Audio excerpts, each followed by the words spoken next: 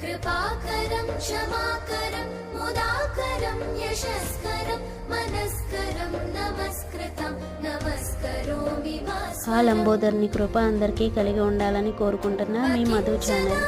అందరికీ వినాయక చవితి శుభాకాంక్షలు.